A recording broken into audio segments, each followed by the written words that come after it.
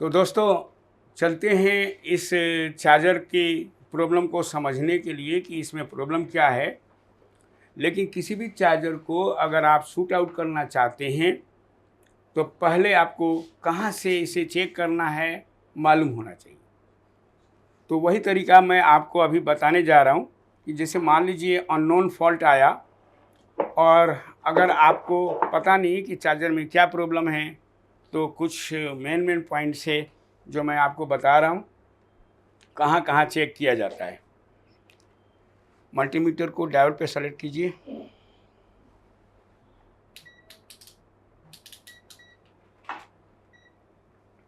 तो दोस्तों सबसे पहले मल्टीमीटर को डायोड पे सेलेक्ट करके इसके इनपुट आउटपुट और स्विचिंग इम्पीडेंस चेक करना चाहिए। जैसा कि मैं अभी आपको चेक करके प्रैक्टिकली दिखा रहा हूँ।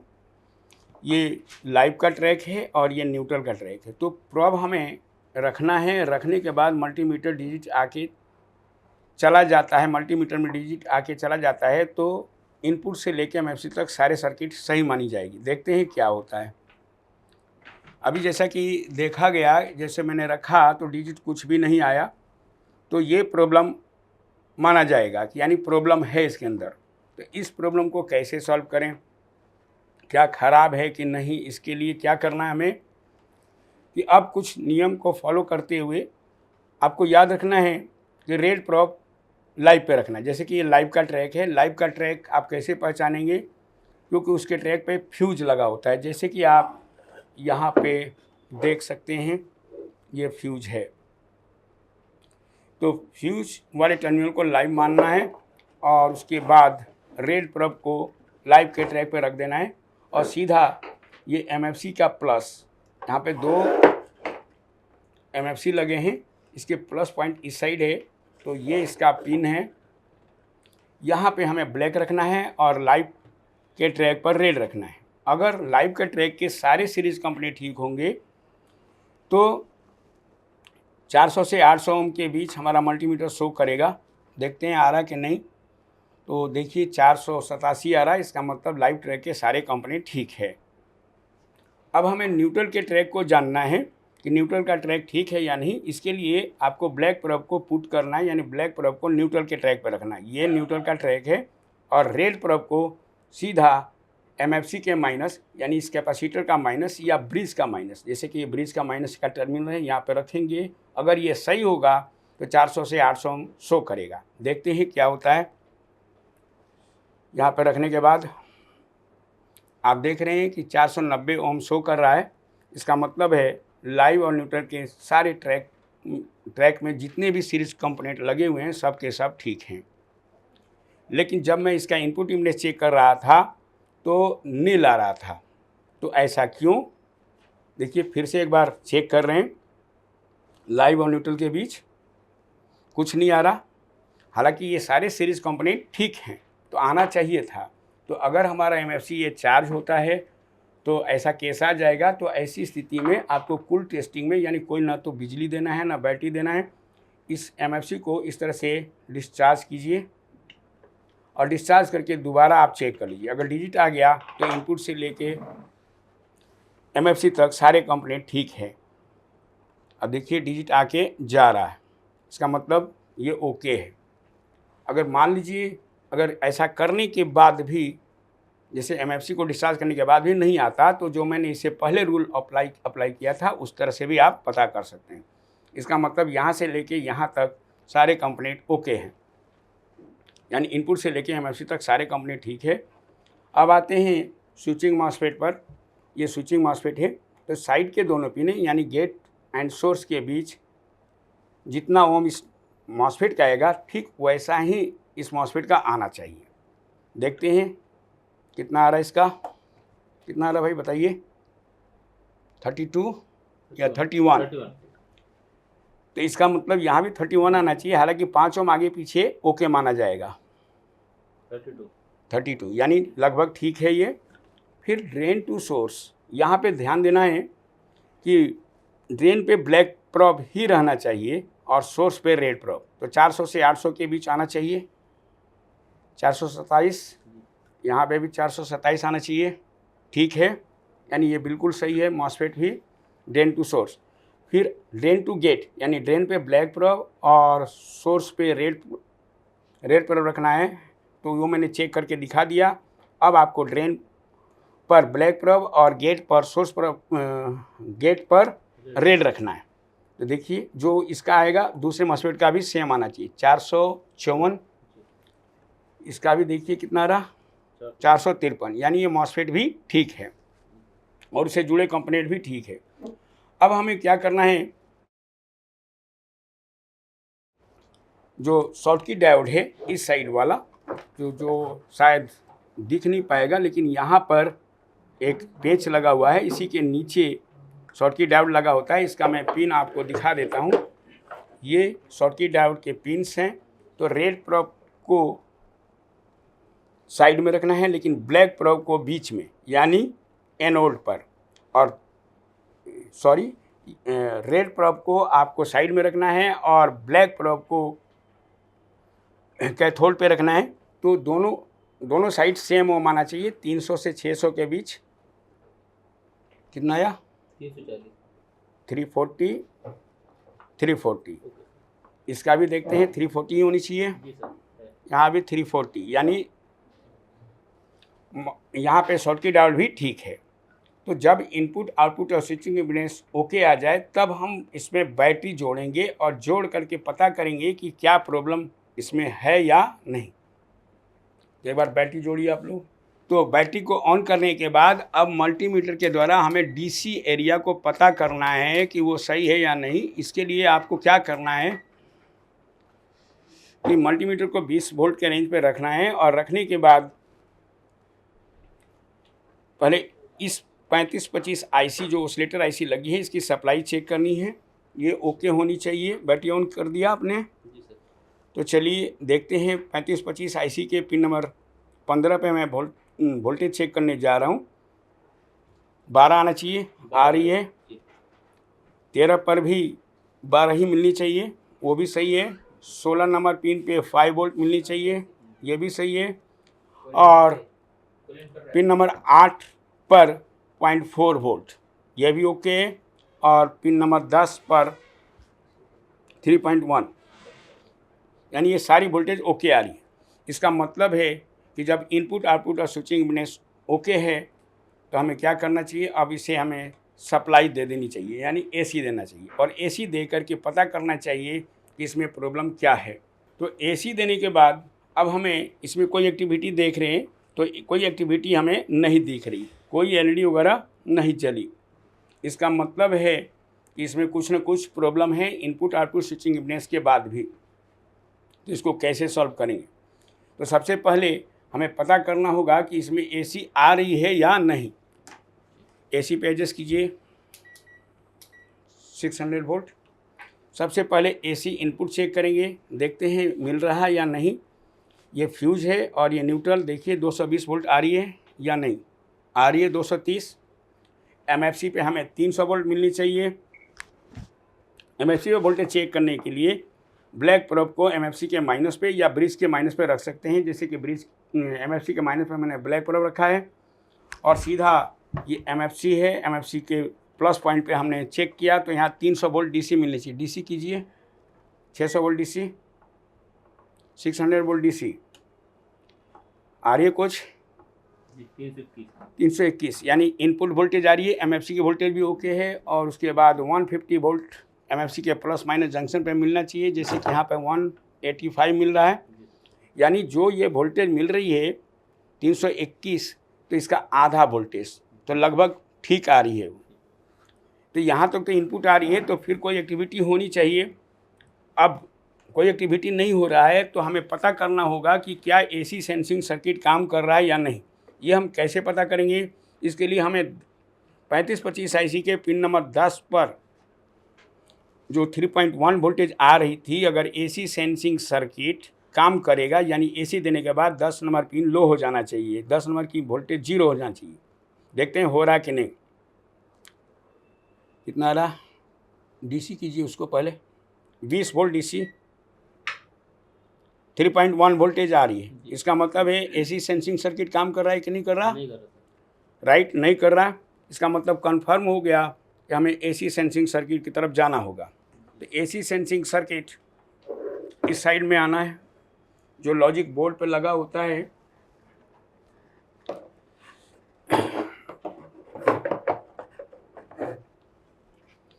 तो ये एरिया आपको एसी सेंसिंग का है, ये complete area AC sensing circuit है, यानी ये कर सकते हैं हम यहाँ से लेके यहाँ तक पूरा एसी सेंसिंग सर्किट है।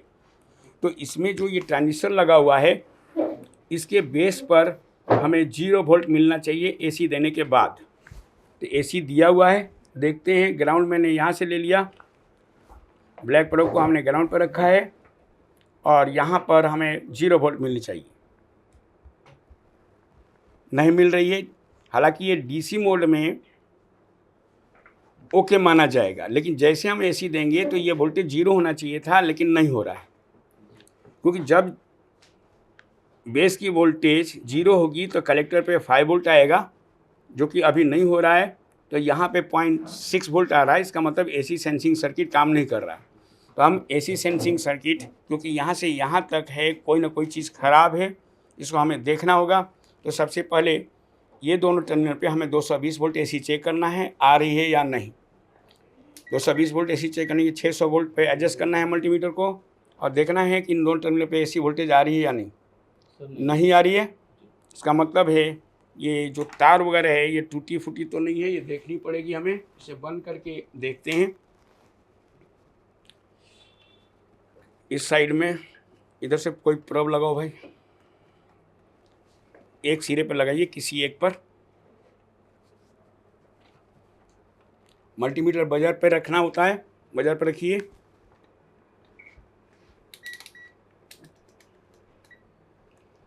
बोला कुछ नहीं, आवाज़ नहीं है। नेक्स्ट वाले टर्मिनल पे, न्यूट्रल पे, ये लाइव पे आ गया है। अब दूसरे वाले टर्मिनल पे जोड़िए।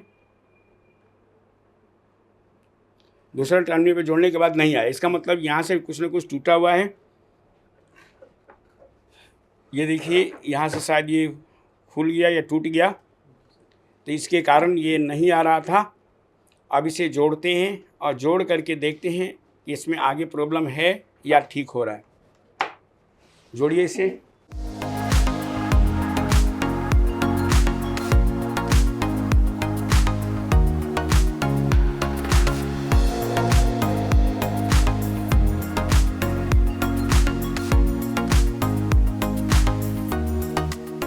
तो जैसा कि दोस्तों आपने देखा कि एसी सेंसिंग सर्किट में ही प्रॉब्लम है, तो पहले हमें एसी सेंसिंग सर्किट में हमने कहाँ कहाँ वोल्टेज ओके में क्या आना चाहिए, मैं एस्टिमेटिक डायग्राम से समझाने का प्रयास कर रहा हूँ।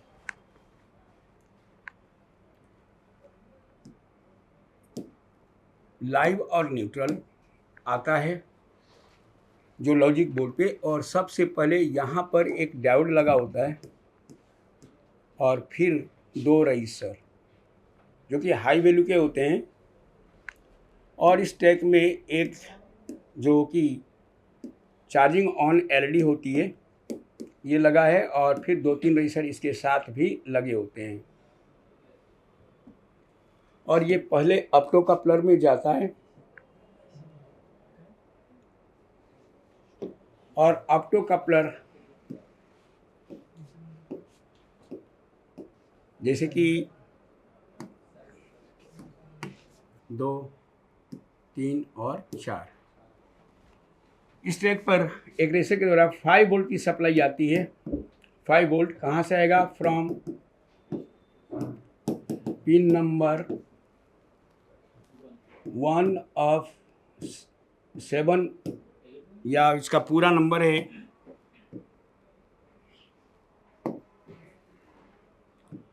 78L05, और साथ ही साथ इस ट्रैक से एक और रेसर जुड़ा है,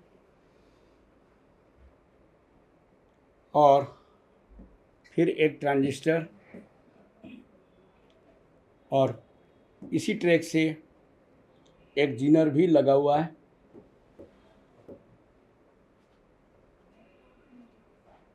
और ग्राउंड हो गया है, और इसका एमीटर सीधा ग्राउंड है।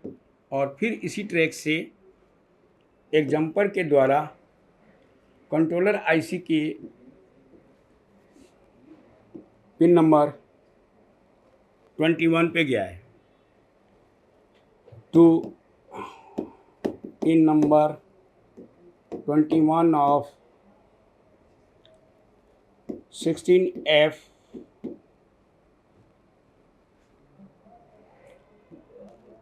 या इसका पूरा नंबर मैं लिख देता हूँ। पूरा नंबर है कुछ ऐसा, PIC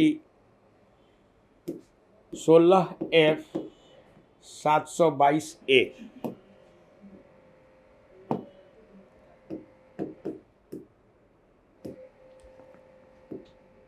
इस IC पे गया हुआ, जिसे AC सेंसिंग सिग्नल कहते हैं। तो जो अभी आपने दोस्तों देखा, ये पूरा का पूरा AC सेंसिंग सर्किट है। तो इस AC सेंसिंग सर्किट में हमें जो वोल्टेज मिलना चाहिए था DC मोड में, वो यहाँ पे 0.7 वोल्ट मिलना चाहिए और यहाँ पे 0, या आप इस पे भी 0 कह सकते हैं। लेकिन ये जो वोल्टेज है DC मोड में,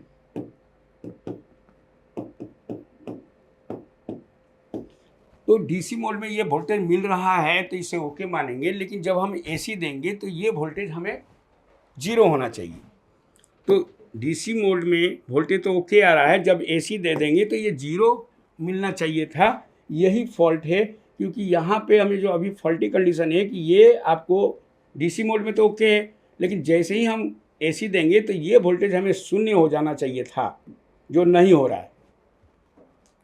जब तक यहाँ पे 0 नहीं आएगा तब तक यहाँ पे 5 वोल्ट नहीं मिलेगा। तो ये जो जब तक 5 वोल्ट इस टर्मिनल पे नहीं आएगा तो AC कंट्रोलर ऐसी सेंस नहीं करेगी और आपका चार्जर को ऑन नहीं कर पाएगा।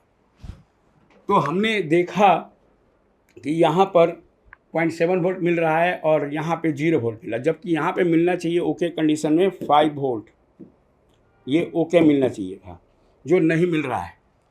तो रियल में ये जो यहाँ पे LED लगी होती है, यहाँ का अगर मान लो LED भी खराब हो जाए तो ये केस हो जाएगा। लेकिन जब हमने यहाँ पे चेक किया है तो यहाँ पे वोल्टेज क्या है 0।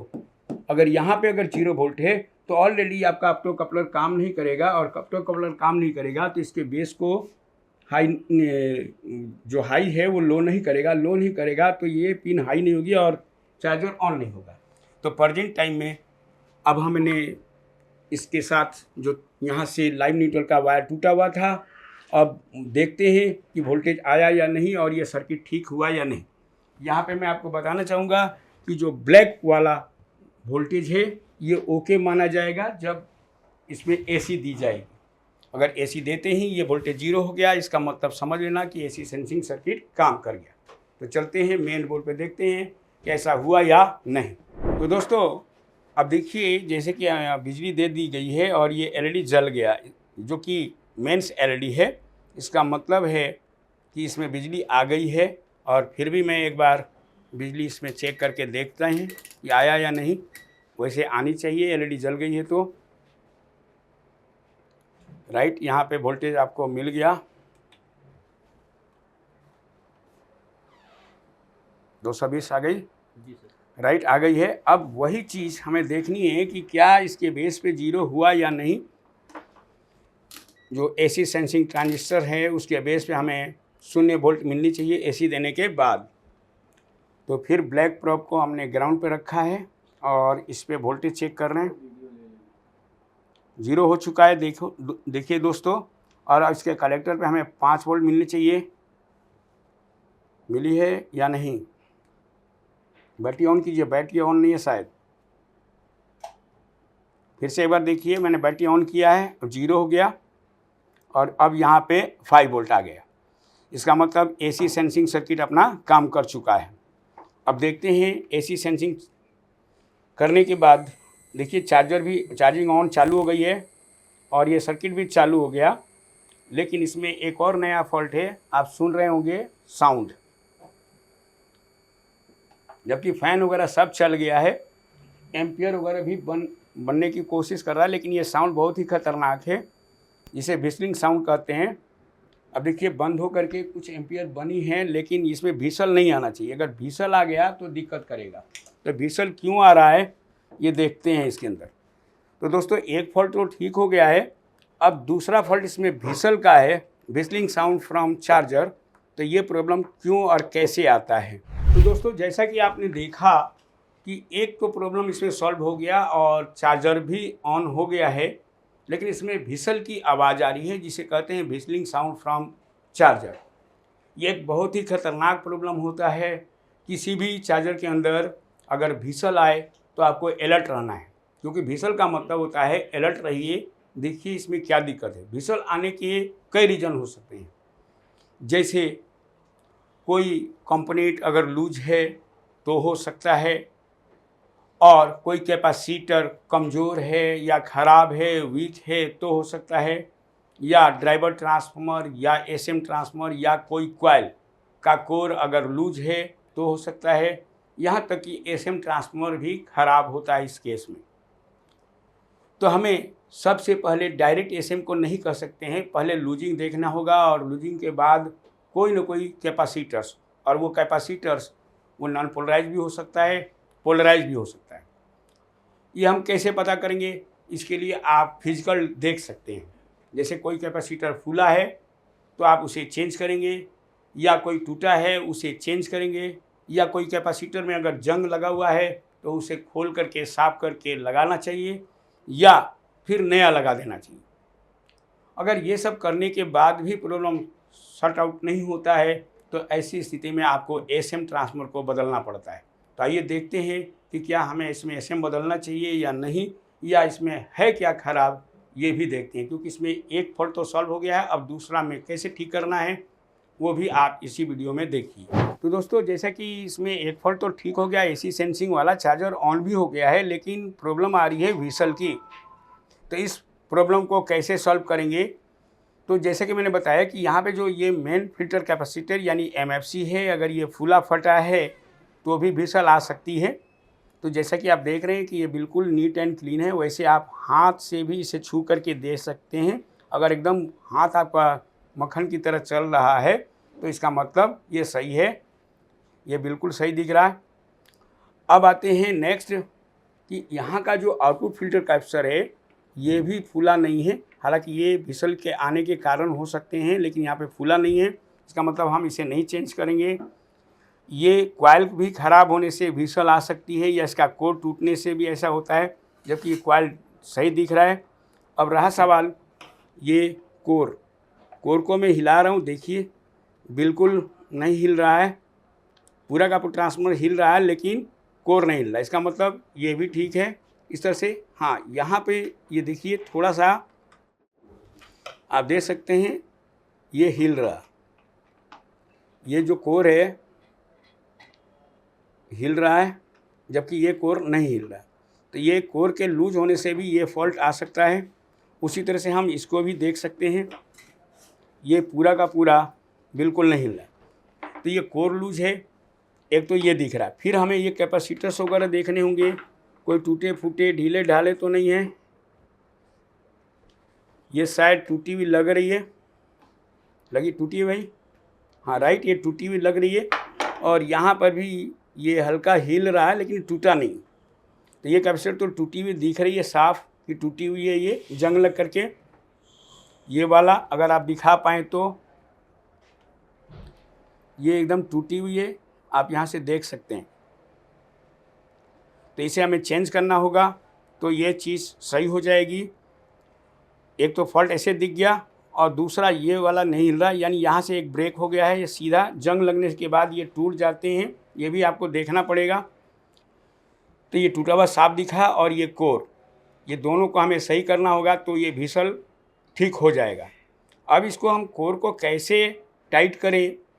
तो इसके लिए क्या करना है कि आपको एल्फी ले करके, या ग्लू, कोई भी ग्लू ले सकते हैं जो चिपका सके इसे, आप उसे लगा करके थोड़ी देर इसे पकड़ के रखेंगे तो ये चिपक जाएगा, ये प्रॉब्लम सॉल्व हो जाएगी। लेकिन ये कैपेसिटर आप चेंज करेंगे तो ये प्रॉब्लम सॉल्व हो जाएगा। तो चलते हैं, इसे देखते हैं, इसको दूसरा लगा के सही करने की कोशिश करते हैं, देखते हैं व्हीसल बंद हुई या नहीं।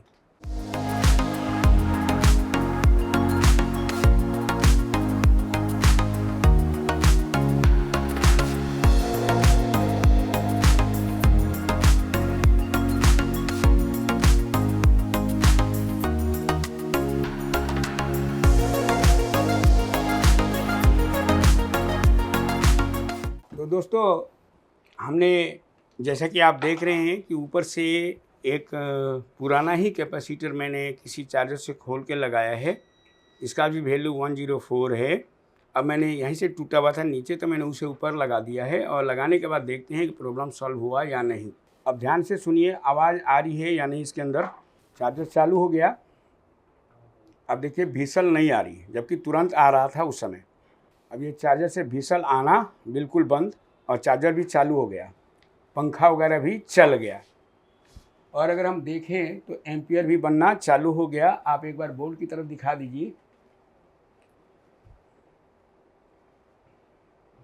ये एम्पियर आ रहा, देखिए एम्पियर आ गया 10 के आसपास, राइट। यानी इसका मतलब चार्जर ऑन हो गया है। तो दोस्तों आप इस एक्जूम चार्जर में देखा कि दो तरह के प्रॉब्लम्स थे। पहला था एसी सेंसिंग का, यानी ये चार्जर चालू ही नहीं हो रहा था, तो प्रॉब्लम निकला एसी सेंसिंग सर्किट में। फिर एसी सेंसिंग ओके होने के बाद चार्जर ऑन तो हो गया, लेकिन फिर व्हीसल आने लगी थी।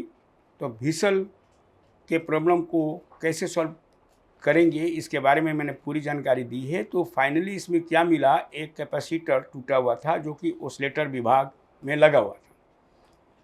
तो इस तरह से हमारा ये व्हीसल जो आना बंद हो चुका है और एम्पियर भी आ गया और ये चार्जर ओके भी हो गया है। ठीक इसी प्रकार के बहुत सारे चार्जर्स में प्रॉब्लम आए तो आप उसे इसी तरह से आप ठीक कर सकते हैं, लेकिन लोकेशन भी आपको मालूम होना चाहिए। जो एक अच्छे ट्रेनर के द्वारा ही आपको लोकेशन पता किया जाता है या बताया जाता है। किसी को भी जो जानकार होगा वही बताएगा। हमें पूरे के पूरे चार्जर को नहीं चेक करना है, जहाँ पे जिस एरिया में प्रॉब्लम है उस एरिया को ही टच करना है। तो कुछ इसी तरह का ट्रेनिंग हमारे यहाँ दी जाती है कि मान लीजिए कोई भी प्रॉब्लम आता है तो उसमें किस एरिया में चेक करना है, वो आपको बहुत अच्छी तरह से बताया जाता है। और बहुत सारे प्रॉब्लम, लगभग इसमें अगर सही से बोला जाए तो 100 से ऊपर प्रॉब्लम आती है, लेकिन 100 के प्रॉब्लम को हमें 100 के 100 प्रॉब्लम को बताने में कोई गुरेज नहीं होता है। मैं 100 के प्रॉब्लम आपको 100 के 100 प्रॉब्लम बता सकता हूँ, लेकिन उसको छोटे तरीके से कैसे कैसे सॉल्व किया जाएगा, छोटे छोटे फॉल्ट्स हम यहाँ पे जो है लिखवा देते हैं। लेकिन बड़े फॉल्ट्स के बारे में हम प्रैक्टिकली उसको दिखा करके बच्चों को बताते हैं कि बड़े या मेजर प्रॉब्लम को कैसे सॉल्व किया जाए। तो उम्मीद है आपको ये वीडियो पसंद आया होगा, और अगर आपको इस लाइन में जुड़ना है तो आप एक बार मल्टीटेक ज़रूर आइए और हमसे मिलके ज़रूर जाइए। Okay, thank you very much दोस्तों।